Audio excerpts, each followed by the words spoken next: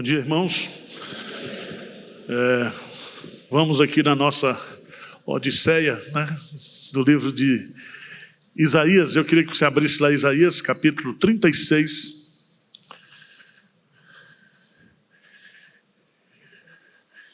Isaías, capítulo 36, 37 e 38. Esses três capítulos, 36, 37 e 38, contam a história do rei Ezequias. O profeta Isaías, ele profetizou na época do rei Ezequias. A história do rei Ezequias está lá no segundo livro dos Reis, capítulo 18. Ele foi um rei bom. Ele reinou no reino sul, reino de Judá. E ele se destaca também como um homem de oração. Ele era um homem de muita oração. E orações respondidas. Orações respondidas. Nesse livro aqui, Aprendendo a Orar com Quem Ora, eu faço uma análise detalhada de uma das orações que ele fez. E eu intitulei essa oração dele, quem botou o título fui eu, tá? É a oração que glorifica a Deus. A oração que glorifica a Deus. Todos nós sabemos que Jesus promete lá em João 14, ele diz: tudo quanto pedirdes em meu nome ao Pai, você vai receber, para que o Pai seja o quê? Glorificado no Filho. Então, o fim principal das respostas de oração que nós recebemos é para que Deus seja o quê? Glorificado. Aqui no Brasil nós temos um costume muito errado. A gente acha que pastor e determinados crentes têm uma oração mais forte do que o outro. Já notou isso?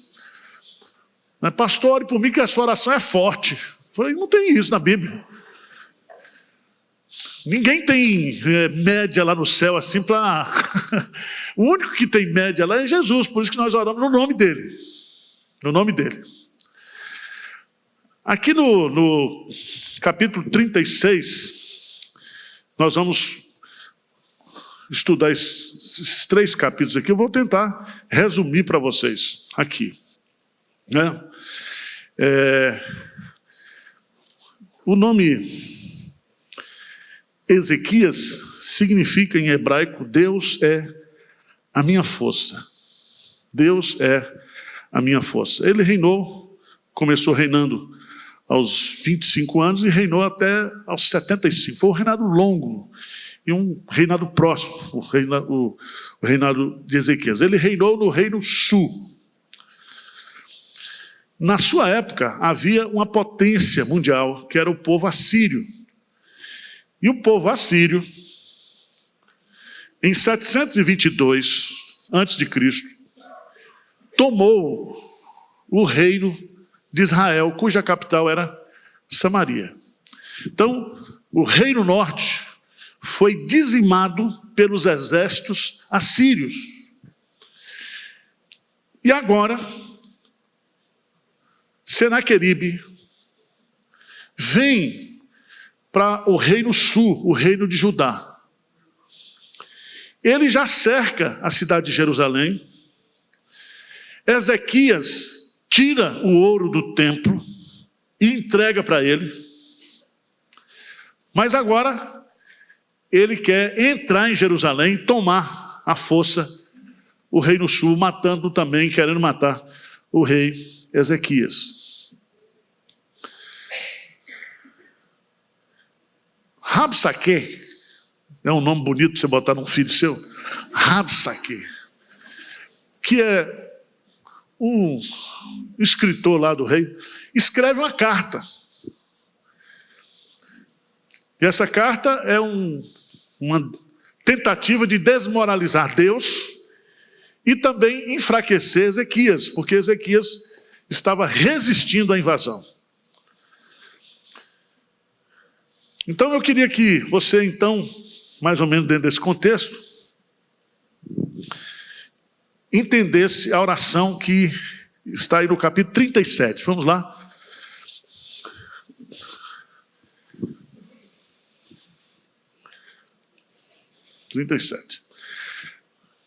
Ezequias consulta a Isaías, versos de 1 a 7.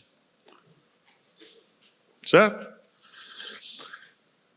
No versículo 8, 37, 8. Voltou, pois, Rabsaque e encontrou o rei da Síria pelejando contra Líbano, porque ouvira que o rei já se havia retirado de Laquis.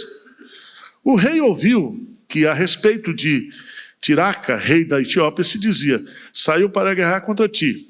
Assim que ouviu, isto enviou mensageiros a Ezequias, dizendo: preste atenção. Assim falareis a Ezequias, rei de Judá: não te engane o teu Deus, em quem confias, dizendo: Jerusalém não será entregue nas mãos do rei da Síria. Já tens ouvido o que fizeram os reis da Síria e todas as terras, como as destruíram totalmente? E crês tu que te livrarias? Porventura, os deuses das nações livraram os povos que meus pais destruíram? Gozã, Arã, Rezefe e os filhos de Éden que estavam em Telassar? Onde está o rei de Amate e o rei de Arpade e o rei da cidade de Sefarvaim, de Rena e de Iva? Versículo 14. Ezequias recebe a carta. Essa carta é desaforada. É ou não é? Desaforada.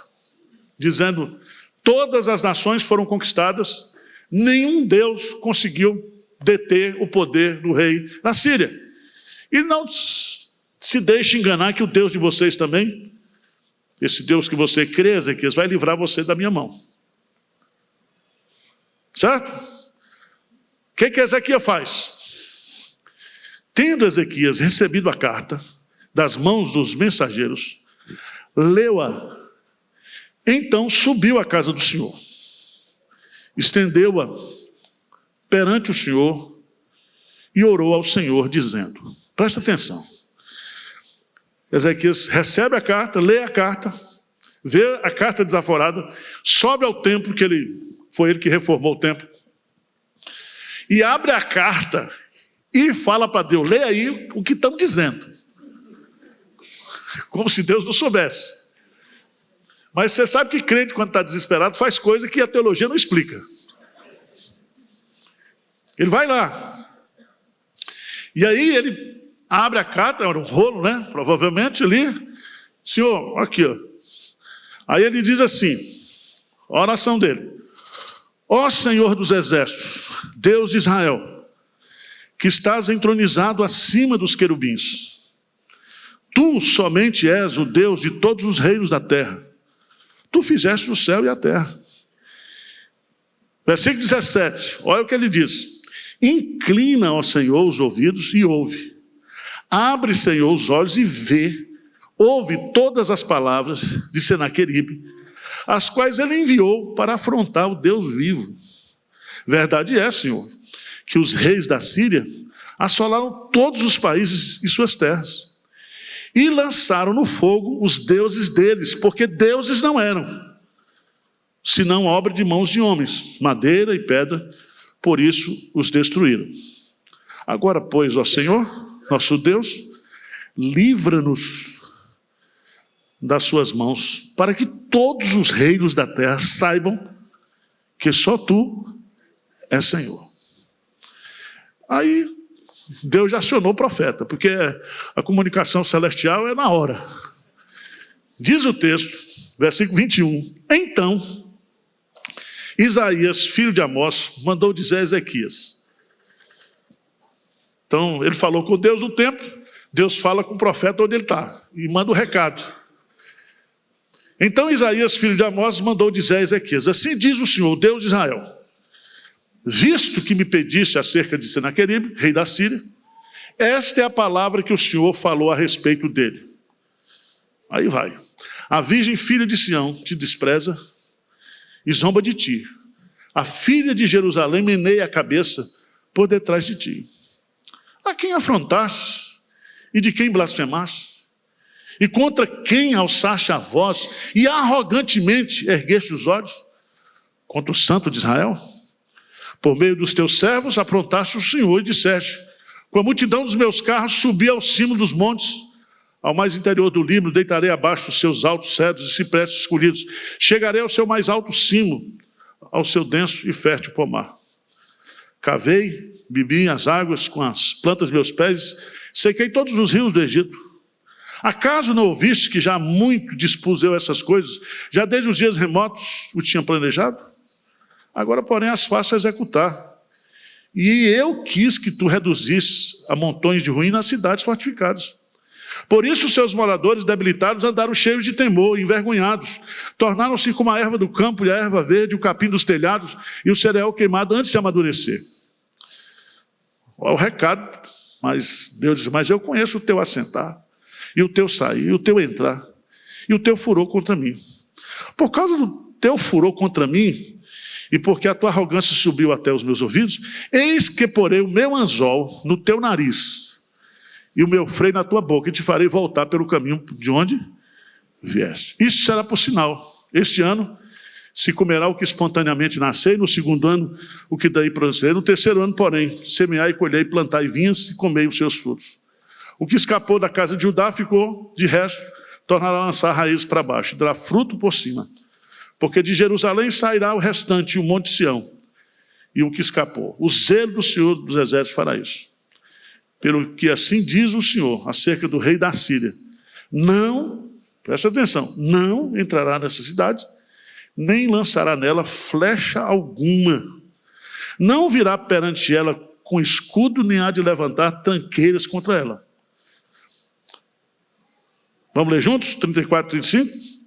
Pelo caminho por onde vier, por esse voltará.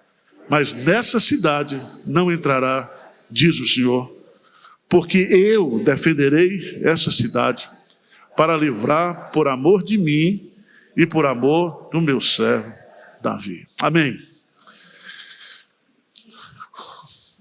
Essa oração que Ezequias fez, eu a chamo de a oração que glorifica a Deus. Primeiro, a oração glorifica a Deus porque ela brota nos momentos de maior crise da nossa vida. Lembra da promessa de Deus no Salmo 50? Invoca-me no dia da angústia, eu te livrarei e tu me glorificarás. Esse era um dia de angústia para Ezequias.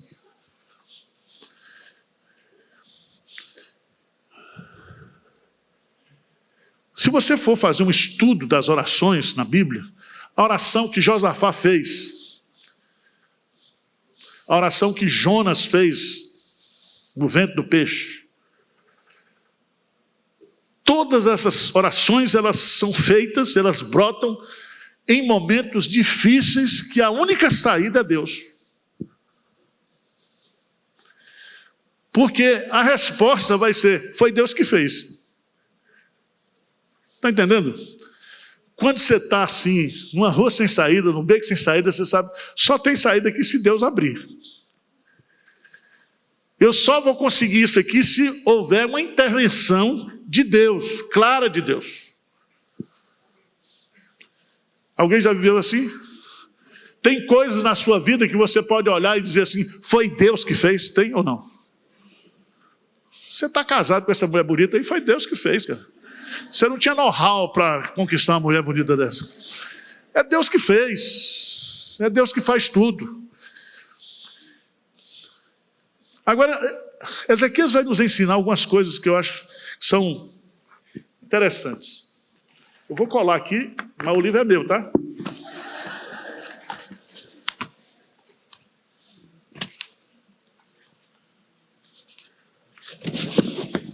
Vamos lá.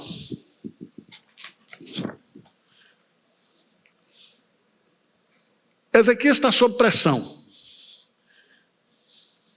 Ele não sabe mais o que fazer. A cidade de Jerusalém está cercada.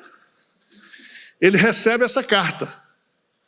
Aí ele vai para o templo, sobe ao templo e faz essa oração. E o que eu acho bonito nessa oração de Ezequias é que ela brota nesse momento de angústia e de necessidade, mas o conteúdo da oração é o próprio Deus. Ele chega para Deus e diz assim: Senhor, o negócio não é comigo não é com Ezequias, não é com o Senhor. O cara está dizendo, o cara lá, Senaqueribe, está dizendo que ninguém pode livrar Jerusalém de sua mão. Veja como é que ele vai, veja os detalhes da oração. Ele começa dizendo, versículo 16, ó Senhor dos exércitos, Deus de Israel. Por que ele chama o Senhor dos exércitos, Deus de Israel? Por quê? Porque todas as batalhas que os reis ganhavam, essas batalhas eram dadas por Deus, essas vitórias. Davi, ele só saía para uma batalha se Deus dissesse: vá, Davi. E você vai descobrir que ele vai livrar, ele termina a palavra do profeta lá, lembra? No versículo 35, do capítulo 37, porque eu defenderei essa cidade para livrar por amor de mim e por amor do meu servo, o quê? Davi. Eu tenho uma aliança com Davi. E é muito bom isso, porque às vezes a gente está recebendo bênção, não é porque a gente orou, não. É porque a mãe da gente está orando, o pai está orando, os irmãos da igreja estão orando. Você nem orar, orou. Deus é fiel. Deus é fiel. Eu acho que a Patrícia recebe muitas bênçãos na vida dela por causa do pastor Canelhas. Ele orava meio gaguinho, mas orava. A gente pode ter certeza disso, irmãos, que coisas acontecem na vida da gente porque a gente ora ou porque outras pessoas estão orando ou já oraram.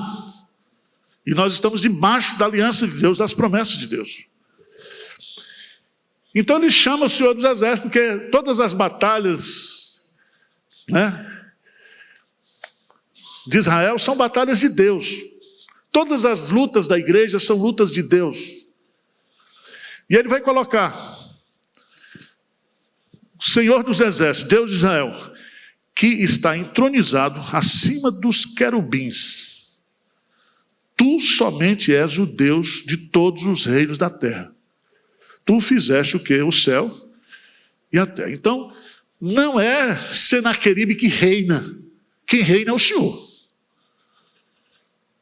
Quem reina é o Senhor. E na mensagem, se você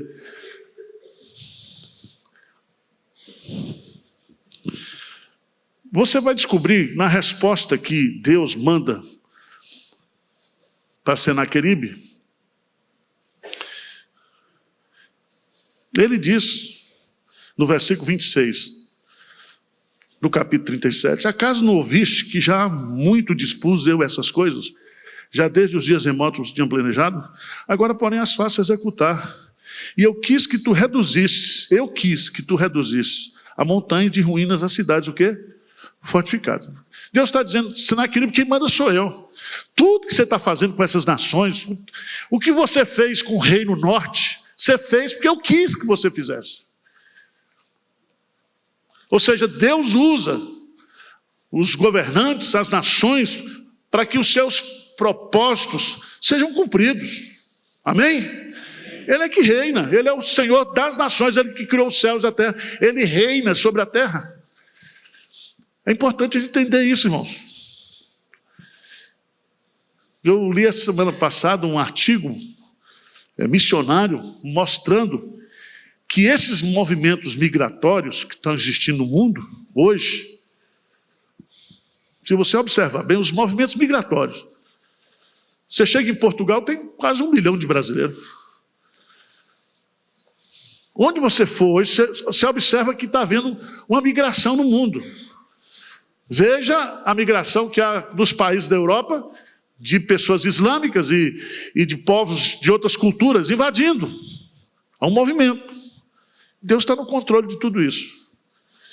Ele tem propósito de juízo e ele tem propósito também missionário. Missionário. Sabe o que Deus mandou dizer para Senaqueribe no versículo 28? Vê lá, 37, 28. Senaqueribe, eu conheço o teu assentar e o teu sair e o teu entrar. E a raiva, eu conheço até a raiva que você tem contra mim. Não tem crente que vai ficar zangado com Deus? Fica para você ver, sabe? Estou zangado com Deus, estou decepcionado com Deus. Coisa linda. Vale, igreja. Não tem uns crentes assim? Estou chateado com Deus. Deus sabe tudo. Então, volta lá para a oração dele. Oração. Ele diz na oração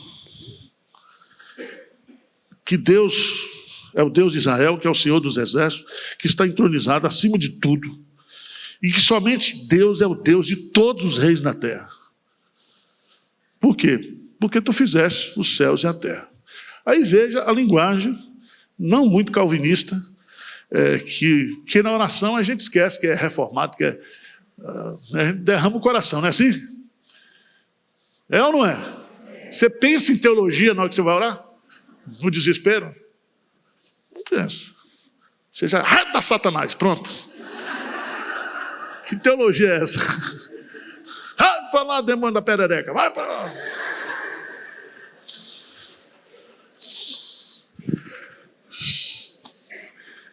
Veja o que ele diz. Versículo 17. Lê comigo aí. Inclina, ó Senhor, os ouvidos e ouve. Abre, Senhor, os olhos e vê. Ouve todas as palavras de Senaqueribe, as quais ele enviou para afrontar quem? Veja que ele não traz para si o negócio. Ele diz, o negócio é com o senhor. É briga de cachorro grande. Você já orou assim? Se você está fazendo a obra de Deus, para a glória de Deus, pode ter certeza que você vai orar assim. Porque a nossa luta não é contra a carne, nem contra sangue, mas contra o quê? Principados e potestades. Então, quando o irmão está querendo brigar com você, você fica olhando assim, qual é o capeta que está por trás disso? Não é o irmão. O irmão é só um... Tá certo? O capeta escalou ele para perturbar você. Aí você tem que ter discernimento espiritual. Senhor, está vendo aí, ó? Versículo 18. Veja que agora ele vai elogiar Deus. Ele vai dizer, versículo 18. Verdade é, Senhor, que os reis que os reis da Síria assolaram todos os países e suas terras e lançaram no fogo os deuses deles. Por quê? Porque deuses não eram, senão obra de mãos de homem, madeira, pedra, por isso que os destruíram. Ou seja, o que ele está querendo dizer aqui para Deus? Ninguém tem o Deus que nós temos. Se Deus é por nós... Os outros foram destruídos, inclusive não somente as nações, mas os ídolos em que eles confiavam. Agora, aí vem um pedido final, né? Versículo 20. Agora, pois, ó Senhor, nosso Deus, livra-nos das suas mãos. Para quê? Para que todos os reinos da terra saibam que só tu és o Senhor. Só tu és. Todos os reinos saibam que só tu és o Senhor. Irmãos, isso é muito interessante, porque você se lembra que quando Deus ele ia dando a vitória a Josué, conquistando a terra prometida, cada nação, cada vitória que o povo de Deus tinha, não era o povo que era respeitado, era o Deus do povo. Quando os 2 espias foram lá visitar a cidade de Jericó, aquela prostituta lá, e eu não sei o que... Por que crente vai para prostíbulo? Acho que era para ser achado mesmo, né? Que era o único lugar que ele não seria procurado. Mas ele foi lá, se hospedou, e a mulher já disse: olha, nós estamos sabendo que o Deus de vocês está dando essas conquistas. E está todo mundo aterrorizado. Foi por isso que ela foi a única que foi salva, ela e sua família. Está lembrado? Como é o nome da prostituta? Raabe. Aqui, Isaías, Ezequias, é como se ele estivesse enquadrando Deus na oração. Entenda o que eu estou dizendo. A gente não pode determinar, decretar, mas a gente tem que arrazoar, fazer uma oração inteligente. Ele diz: Senhor, o problema é teu. Porque se nós formos dizimados, vai ficar sabendo todo mundo que o Deus de Israel, nosso Deus, não é o Deus verdadeiro. E essa foi justamente a provocação. Aí eu quero que você vá lá para o capítulo 37, versículo 36.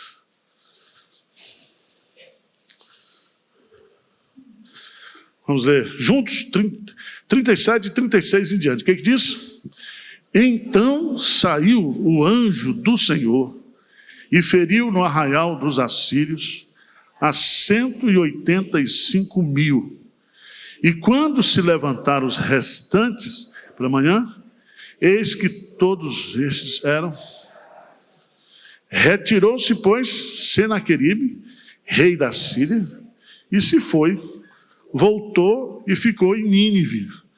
Sucedeu que, estando ele a adorar na casa de Nisroque, seu Deus, Adramaleque e Sarezer, seus filhos, o feriram à espada e fugiram para a terra de Ararat. E Esar-Adom, seu filho, reinou em seu lugar. Irmãos, o Senhor dos Exércitos, mandou quantos anjos? Um anjo só. E observe que é o anjo do Senhor. Esse anjo do Senhor é a tipificação de Cristo no Antigo Testamento. O anjo do Senhor acampa-se ao redor dos que o temem e os livra. O anjo não precisou mandar nem um comando de 50, 60, um anjo só. Foi lá, enquanto estava no feriu, matou quantos? 100.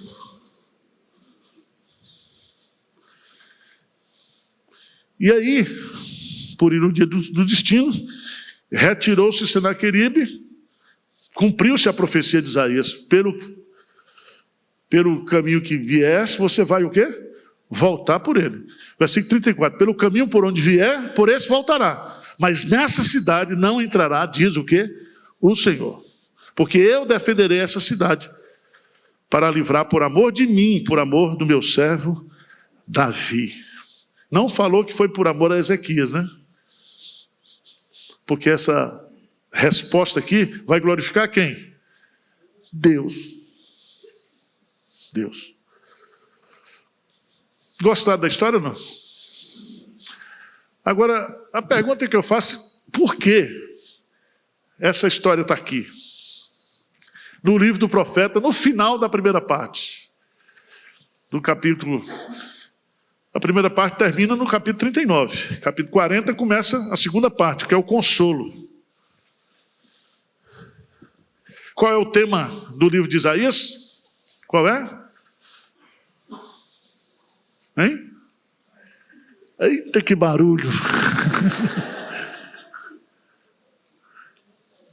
Só Deus salva. O nome Isaías chama que Deus é a minha salvação. E aqui ele conta essa história justamente para mostrar que Deus é o Salvador, é o Redentor, é o protetor, é o defensor do seu povo. Amém? Não apresenta apenas a proteção de Deus no aspecto de salvação. Isso vem o Messias. Tem um servo do Senhor, que é o servo sofredor, que nós estudamos aqui, 53, 54, 55 capítulos. Agora veja que Isaías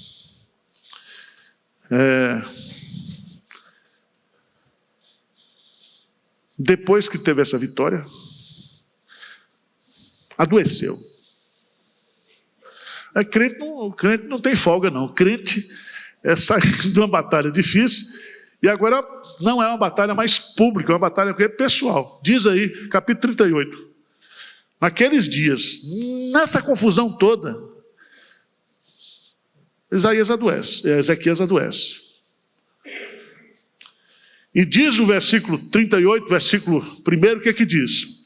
Naqueles dias, naquela confusão toda de Senaqueribe, adoeceu de uma enfermidade o quê? Mortal. Aí veio ter com ele o profeta Isaías, filho de Amós, e lhe disse: assim diz o Senhor, põe em ordem a tua casa, porque morrerás e não o quê? Rapaz, eu não queria uma visita dessa nem a pau. Eu preferia a elevação. Porque o profeta vem e diz: olha, você está doente mesmo, vai morrer. E tua casa está meio bagunçada, arruma a tua vida. Né?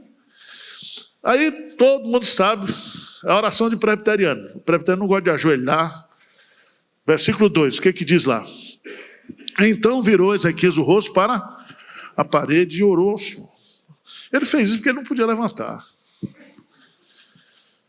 E disse: lembra-te, Senhor, peço-te que andei diante de ti com fidelidade, com inteireza de coração, e fiz o que era reto aos teus olhos, e chorou muitíssimo.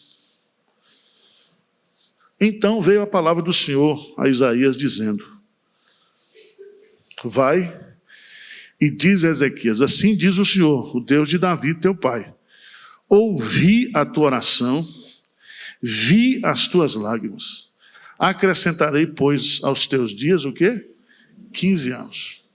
Livrar-te-ei das mãos do rei da Síria. Olha, ele está dizendo, não tinha nem acontecido, porque o verbo está no futuro. Livrar-te-ei das mãos do rei da Síria, a ti e essa cidade, e defenderei essa cidade. Ser-te-á isto da parte do Senhor, como sinal de que o Senhor cumprirá essa palavra que falou. Eis que farei retroceder 10 graus a sombra lançada pelo sol, declinante, no relógio de Acaz. Assim retrocedeu o sol os 10 graus que já havia o quê? Declinado. Veja, meus amados irmãos, que simultaneamente ao problema no seu governo, ele tem um problema dentro da sua o quê? Casa. Crente é assim. É tribulação em todo lugar. E aqui mostra novamente o coração de Ezequias. Eu queria que você desse um pulinho lá, 2 Reis. 2 Reis, capítulo 18.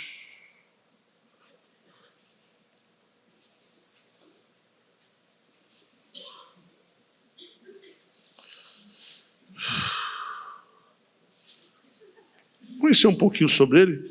No 3º ano, 2 Reis 18, no 3º ano de Oséias, filho de Elá, rei de Israel, começou a reinar Ezequias, filho de Acaz, rei de Judá. Tinha o quê? 25 anos de idade, quando começou a reinar. E reinou 29 anos em Jerusalém. Sua mãe se chamava Abi e era filho de Zacarias. Olha como é que ele diz aí. Fez ele o que era reto perante o Senhor, segundo tudo o que fizera Davi seu pai. Removeu os altos, quebrou as colunas e deitou abaixo os postes de ídolo, e fez em pedaços a serpente de bronze que Moisés fizera, porque até aqueles dias os filhos de Israel lhe queimavam incenso e chamava Neustã. Versículo 5, o que é que diz aí? Confiou no Senhor, Deus de Israel, de maneira que depois dele não houve seu semelhante entre todos os reis de Judá, nem entre os que foram o quê? Antes dele. E aí, no versículo 6, diz assim: porque se apegou ao Senhor, não deixou de segui-lo e guardou os mandamentos que o Senhor ordenara a Moisés. Assim foi o Senhor com ele. Para onde quer que saía, lograva bom êxito. Rebelou-se contra o rei da Síria e não o serviu. Aí começou a confusão. Mas ele era um homem muito crente. Isaías, então, escolhe esse que foi um dos reis mais crentes, ou mais crentes, né? Para registrar a história dele, que ele registra esses dois fatos. Esse livramento de Senaqueribe e a sua cura. A sua cura. E existem alguns detalhes aqui, não dá para a gente especular muito, porque o tempo não.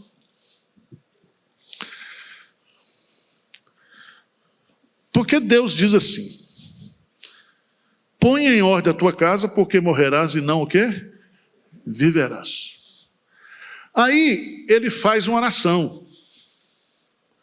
Aí o profeta, que já estava voltando para casa, no meio do caminho, Deus diz: para, volta lá. Aí vai lá e diz: olha, você vai viver mais o quê? 15 anos. A pergunta é para vocês que são teólogos: a oração muda a vontade de Deus? Muda ou não? Não muda. Muda. Mas mudou aqui. Ou não mudou? Ou Deus já sabia o que fazer, só deu essa... O que você acha?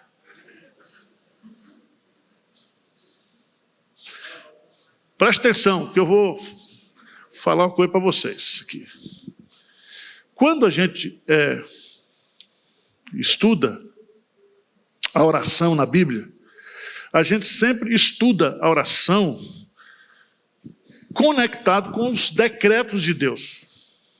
Os decretos de Deus.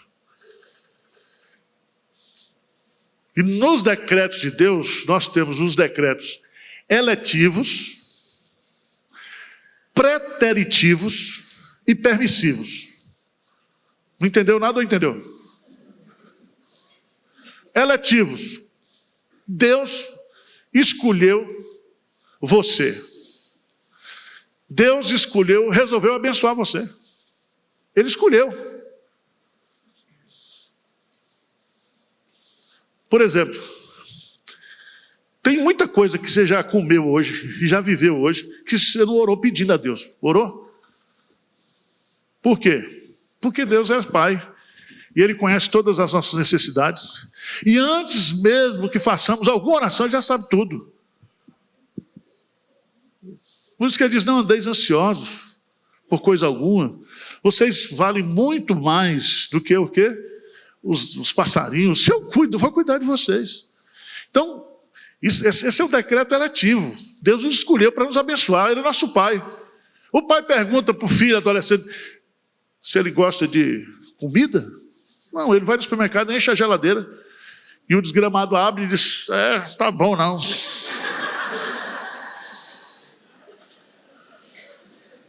É assim ou não é?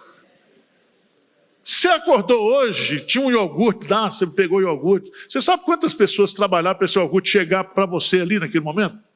É Deus trabalhando para você. Ele cuida de nós. Por isso, meus amados irmãos, que a ingratidão e a murmuração são pecados que Deus abomina.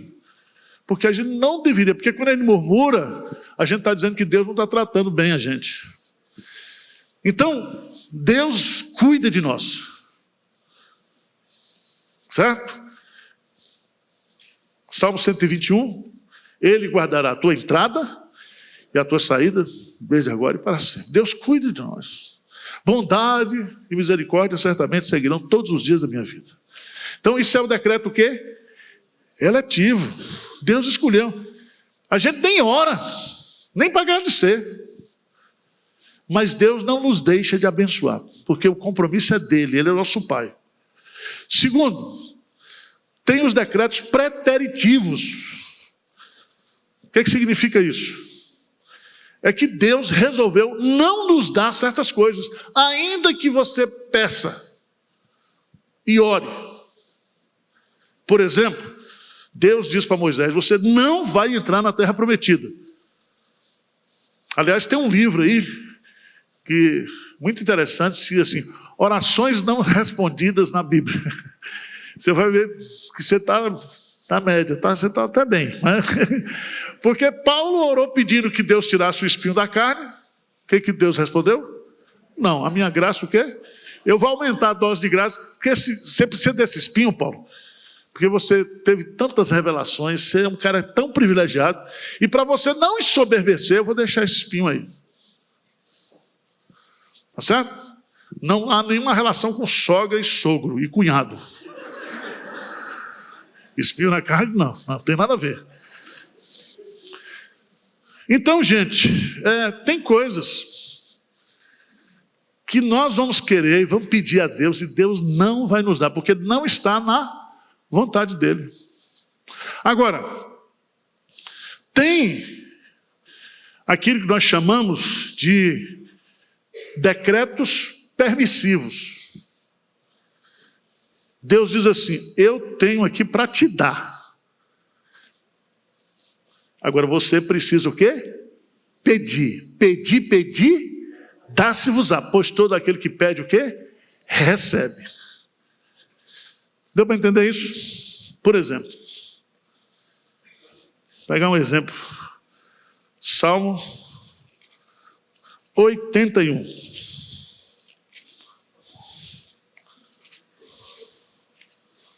Salmo 81.